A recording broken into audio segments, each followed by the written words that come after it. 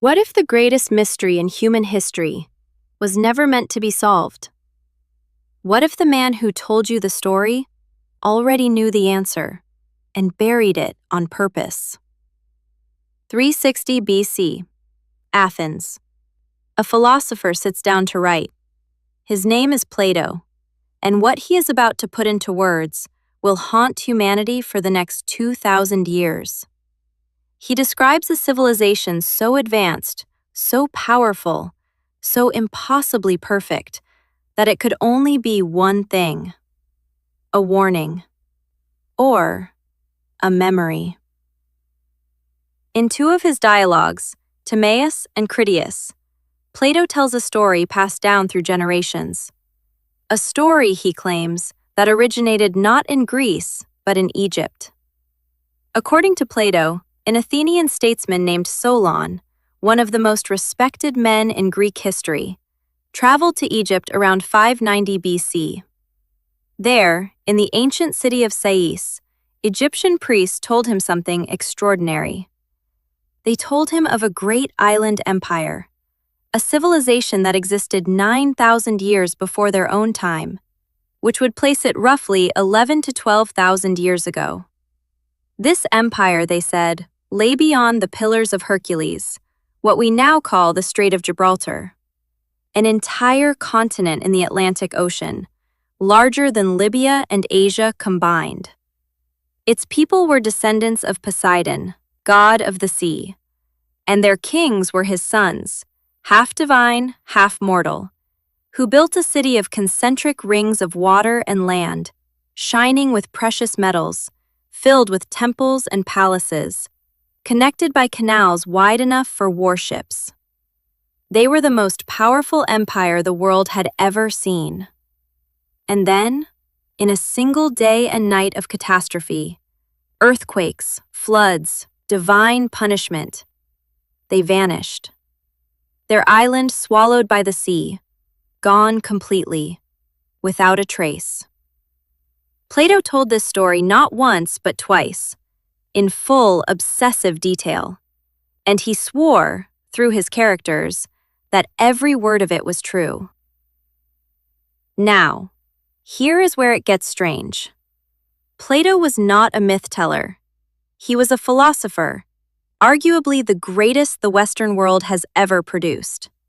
His entire life's work was dedicated to truth, reason, and the search for reality beyond appearances. He was the man who gave us the theory of forms, the man who wrote the Republic. He was not in the business of fairy tales.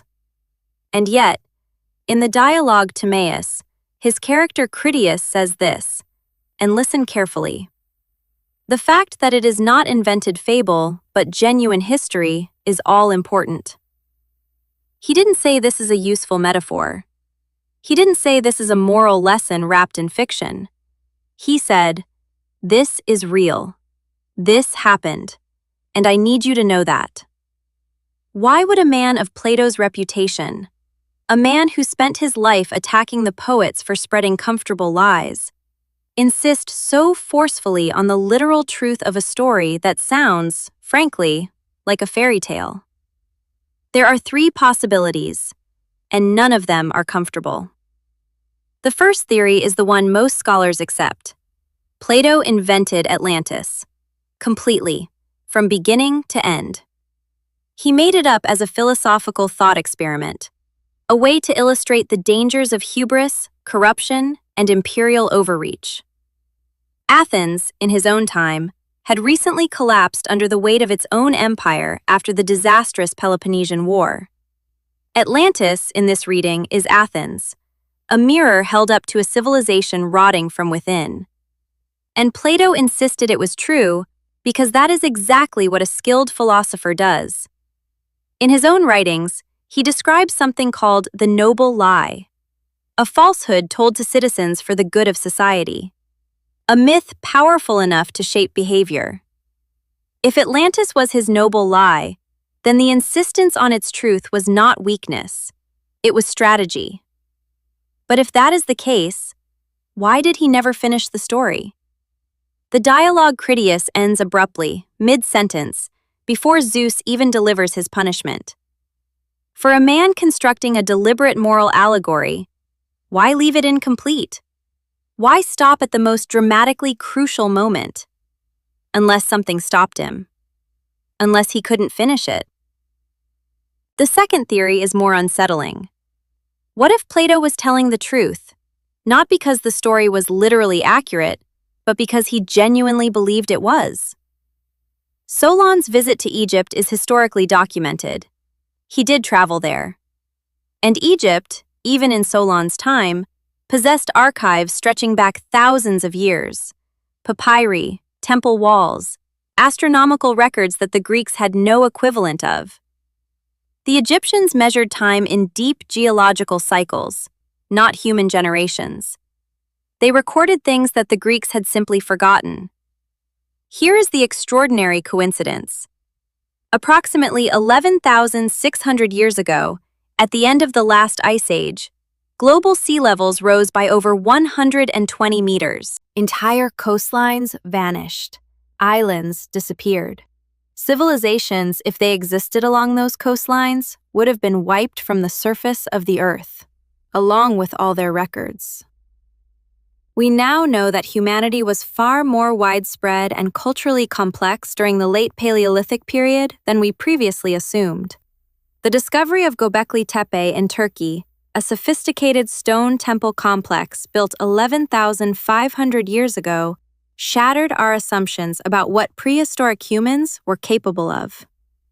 If Egyptian priests had preserved fragments of oral history, garbled through millennia of retelling, about a catastrophic flood that swallowed a great civilization at the end of the Ice Age, then what Solon heard, and what Plato recorded, might not have been a myth at all. It might have been a broken memory of something that actually happened. Something true at its core, even if the details had been distorted over 10,000 years of repetition. This is not a fringe theory. This is now a serious area of geological and archaeological inquiry. And then there is the third theory, the darkest one, the one that scholars rarely discuss in polite company. What if Plato knew far more than he wrote, and what he wrote was a carefully constructed code? Plato was initiated.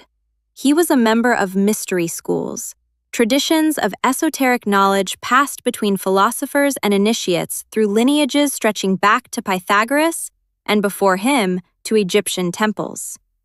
These traditions held a cosmology, a view of deep time, cyclical catastrophe, and the periodic destruction and rebirth of civilization that Plato could not have communicated openly without being dismissed as a madman or condemned as impious. In this reading, Atlantis is not an allegory, and it is not a misremembered flood myth. It is encoded knowledge, the memory of a pre-catastrophe civilization preserved in the only way it could survive through centuries of cultural collapse, wrapped in the form of a story, attributed to priests, delivered through a chain of trusted men, and finally put into writing by the one philosopher powerful enough to give it permanence. Plato insists it is true because it is the most important thing he knows, and the most dangerous. He insists on its truth the way a man insists on something when he cannot afford to let it be dismissed as poetry. Let's talk about what the Earth itself suggests. The Mid-Atlantic Ridge is a volcanic mountain range running along the floor of the Atlantic Ocean, the longest mountain chain on Earth, almost entirely submerged. At several points, particularly near the Azores Islands, the ridge comes close enough to the surface that islands, real, habitable islands, exist today.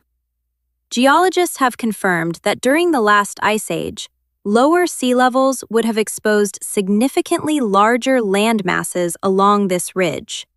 Not a continent, but islands and archipelagos large enough to support populations. The Azores themselves sit on a plateau.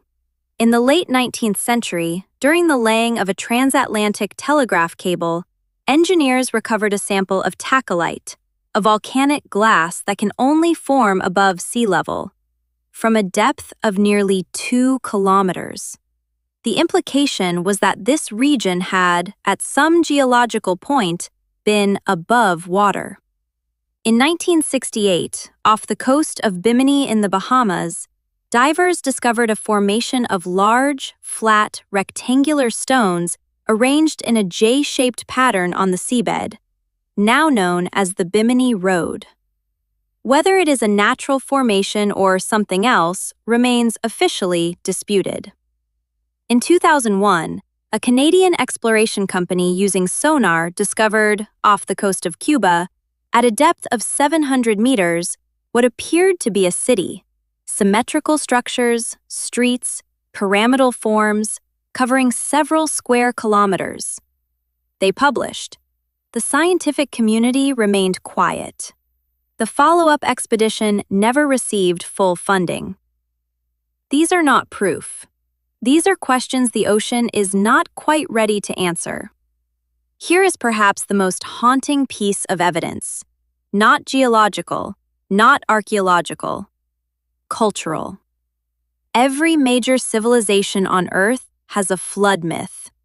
The Sumerians wrote Avutnapishtim, who survived when the gods drowned the world. The Hindus told of Manu, who was warned by a fish to build a great boat. The Norse had Bergelmir, who escaped in a vessel as the world was swallowed by the blood of a slain giant. The Maya spoke of a world destroyed by flood before ours, wiped clean so a new humanity could begin. The indigenous peoples of the Pacific Northwest, of Australia, of West Africa, they all remember a time when the waters rose.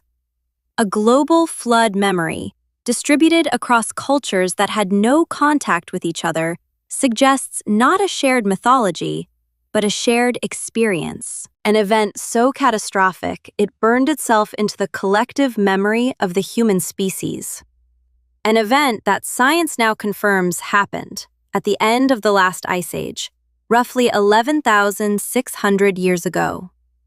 The exact date Plato gave for the destruction of Atlantis.